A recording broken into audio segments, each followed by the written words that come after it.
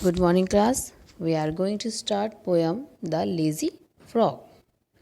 On a school day, you are busy studying, playing and chatting with friends. School के दिनों में आप क्या होते हो? आप बिजी होते हो पढ़ाई में, खेलने में और दोस्तों के साथ बातें करने में. When you have a holiday from school, what do you do? जब आपको स्कूल से छुट्टी मिलती है तब आप क्या करते हो? Would you behave a little like the frog in the following poem? क्या आप भी ऐसी करते हो जैसे ये मेंढक इस पोएम में कर रहा है? Fred is a very lazy frog. Fred जो है एक बहुत आलसी मेंढक है. Who lolls all day upon a log, जो पूरा दिन पेड़ के लट्टे पर पड़ा रहता है. He always manages to shirk doing a single stroke of work. वह हमेशा काम से जी चुराने में सफल हो जाता है. श्रिक मतलब काम से जी चुराना. His poor old mother calls in vain. Come in and help. He does not bother. उसकी माँ उसको पुकारती है, आओ मेरी मदद करो, लेकिन वह टस से मस नहीं होता है. To move 2 inches, much preferring to be extremely hard of hearing. वो ऐसा दिखावा करता है कि उसने कुछ सुना ही नहीं है. He lies there in a silent heap and stays conveniently asleep. वह शांत से ढेर में पड़ा रहता है और आराम से सोता रहता है. If a lady frog hops past, you had think he would get up at last. अगर कोई लेडी फ्रॉग वहाँ से जाती है तो आप सोच रहे होंगे कि वो उठकर उसके सामने उठता होगा, नमस्कार करता होगा और उसको उसका जाने का रास्ता बताता होगा. To go and help her on her way, मतलब हमें ऐसा लग रहा है कि वो उठेगा और उसकी मदद करेगा. But no, I am ashamed to say that when a lady frog comes by, he does not open up one eye. कि वो अपनी एक आँख भी नहीं खोलता है जब कोई फीमेल मेंढक भी उसके आसपास से जाती है. वो ऐसे ही आलसियों की तरह पड़ा रहता है और ये कहते हुए मुझे बहुत शर्म आ रही है. This is a short poem of the lazy frog. Now word meaning. Word meaning, new words. First is lol. Rest lazily. Lol मतलब होता है आलस में पड़े रहना, टू लाई अराउंड लेजीली. आलसी, बिल्कुल आलस में पड़े रहना. Log, trunk of a tree that has been cut. Log क्या होती है? जो पेड़ होता है उसका तना जो कटा हुआ होता है उसे बोलते हैं लॉग. शिर्क, शिर्क होता है आपका to not to do something you should do. Shirk का मतलब होता है अवॉइड टू एनी वर्क. काम से जी चुराना. आपको कोई काम नहीं करना होता तो आप काम से जी चुराते हैं. इनवेन, यूजलेसली, बेकार, बिल्कुल किसी काम के नहीं. Prefer, like something better, means ज़्यादा पसंद करना किसी चीज़ को करना. हार्ड ऑफ हेयरिंग मतलब सुनना नहीं. बो का मीन्स क्या होता है? To bend your head to show respect, मतलब किसी के सामने नमस्कार करना और उसको इज्जत देना. To bend your head to show respect. ठीक है. Now what did the frog do all the day? Frog पूरे दिन क्या करता था? He slept all the day. वो पूरे दिन क्या करता था? वो पूरे दिन सोता रहता था. तभी तो वो लेजी फ्रॉग कहलाया ना. Besides lazy, what other word can you think of to describe the frog? क्या अदर कोई और दूसरा ऐसा वर्ड है जिसमें हम फ्रॉग को डिस्क्राइब कर सकते हैं, मतलब उसके बारे में बता सकते हैं. Hint, how he behave with his mother when a lady frog walked by. मतलब वो हमें ये बता रहे हैं कि जिस तरह से उसने अपनी मम्मा के साथ ऐसा करता है या फिर उस लेडी फ्रॉग के साथ करता है तो हम उसे किसी और वर्ड से बोल सकते हैं. तो यस, हम उसे इम्पोलाइट कह सकते हैं. इम्पोलाइट पर्सन वो होते हैं जो बहुत र्यूड बिहेवियर के होते हैं. उन्हें किसी से मतलब नहीं होता है, वो सिर्फ अपने आप से मतलब रखते हैं. ओके, ये आपकी पोएम थी, short poem the lazy frog. अब इसी के ही तरह अब आपको मैं एक शॉर्ट स्टोरी दिखाऊंगी जो है द लेज़ी हॉर्स. आप लोग उसको देखेंगे तो आपको और अच्छे से मज़ा आएगा. ओके क्लास, कंटिन्यू आप वो स्टोरी देखोगे. Thank you.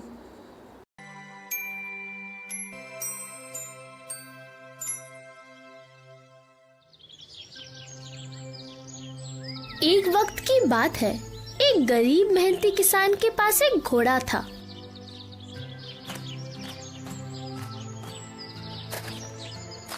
किसान पूरे महीने मेहनत से काम करता था और जो भी नमक उसने महीने भर इकट्ठा किया होता था उसे बाजार में जाके बेच देता था। वह एक दयालु किसान था, लेकिन उसके पास सिर्फ एक ही घोड़ा था।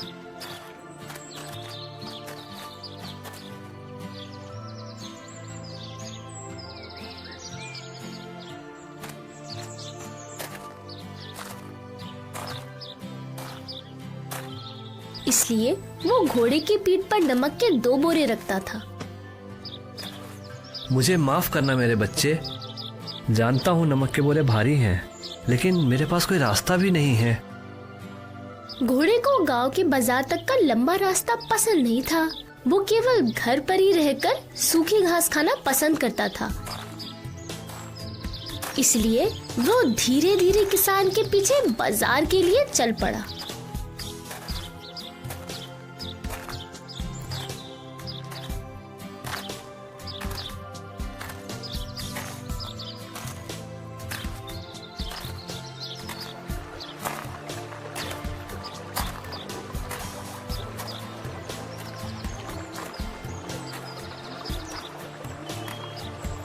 सावधान बच्चे, नदी के ऊपर इस पुल पर फिसलन है, धीरे चलना नहीं तो तुम गिर जाओगे।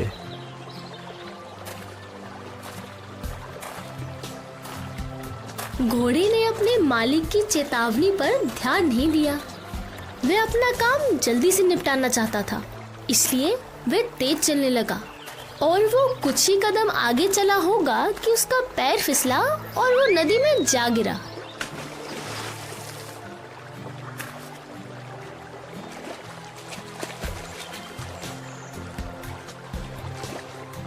अरे नहीं, मैं अभी बाहर निकालता हूँ तुम्हें। किसान ने घोड़े को पानी से बाहर निकलने में मदद की।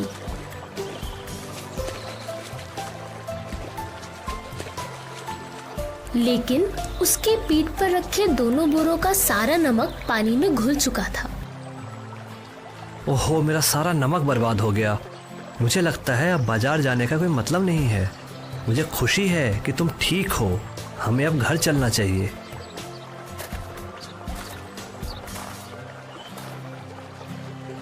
घोड़ा इस छोटी सी घटना से बहुत खुश हुआ कि अब इतनी कड़ी मेहनत नहीं करनी पड़ेगी।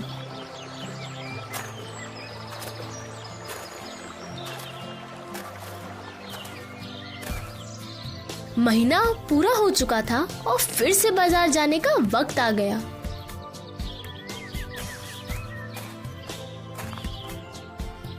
चलो बच्चे, अब हम दोनों को बाजार चलना है।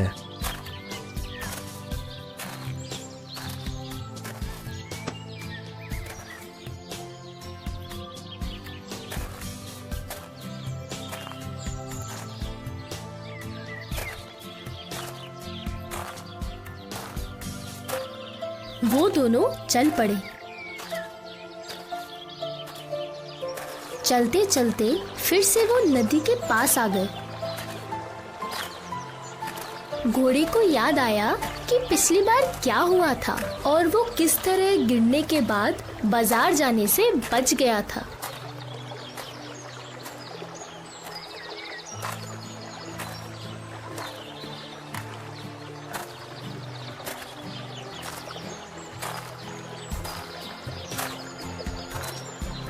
इसलिए वो फिर से पुल पर तेज तेज चलने लगा और जानबूझकर नदी में गिर पड़ा।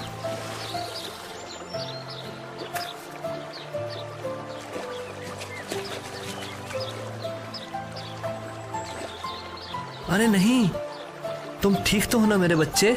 रुको, तुम्हारी मदद करने आ रहा हूँ।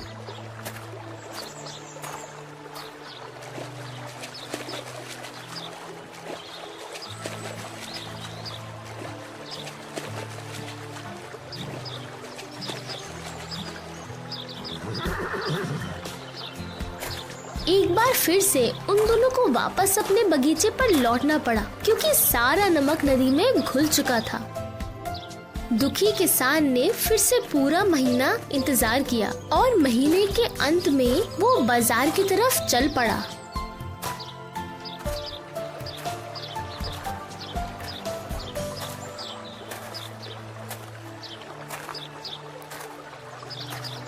और इस बार फिर से घोड़ा जानबूझकर नदी में गिर गया और किसान का नमक बर्बाद कर दिया।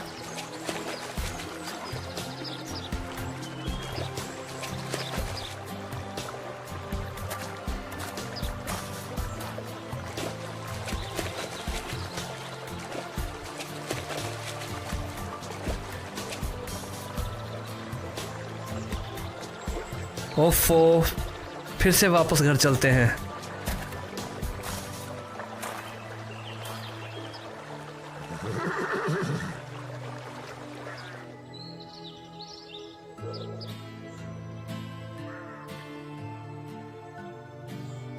किसान ने बहुत धीरज से फिर से अगले महीने का इंतजार किया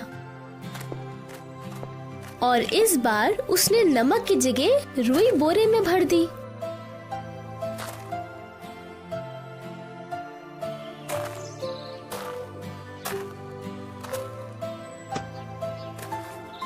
लेकिन घोड़े को ये पता नहीं था।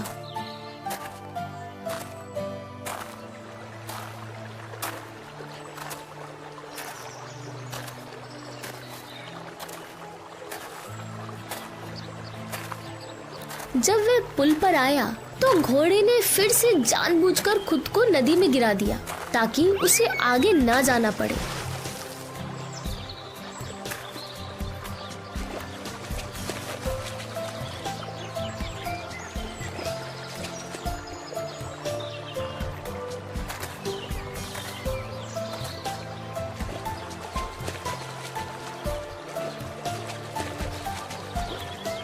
लेकिन इस बार रुई के द्वारा पानी सोखने से बोरा और भी ज्यादा भारी हो गया था। तुम फिर से नदी में गिर गए, है ना? ठीक है, लेकिन इस बार मैंने नमक की जगह बोरे में रुई डाल दिया था। तुम्हें क्या लगा मैंने गौर नहीं किया तुम्हारी हरकत पर? जानबूझकर मेरा नमक बर्बाद करते थे। अब यही तुम्हारी सजा है और अब ये भारी बोरे तुम्हें बाजार में लेकर जाना होगा। जब तक हम लोग बाजार पहुंचेंगे तब तक हमारी रुई भी सूख चुकी होगी। इस तरह उस घोड़े को अपने आलसपन की सजा भुगतनी पड़ी और पहले से दुगने भार का बोरा लादना पड़ा। इस तरह से किसान ने अपना काम करने का एक बेहतर रास्ता निकाला। मशीन की वजह से किसान को आसानी होगी काम करने में। हाँ, बिल्कुल वैसे ही।